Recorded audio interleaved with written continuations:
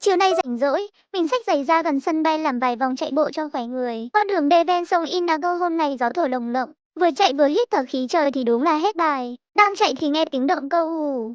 Quay sang thì thấy một em máy bay siêu to đang chuẩn bị cất cánh, nó gần đến nỗi gió của máy bay có thể làm bay mũ luôn.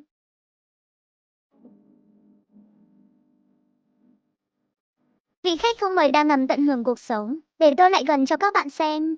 Một em bước vào thì đang ngủ say sưa. Còn em tăng thể này thì nhìn mình kiểu, chạy gì mà chạy lắm thế sen. Một buổi chiều thật bình yên. Chúc mọi người một ngày tốt lành nhé.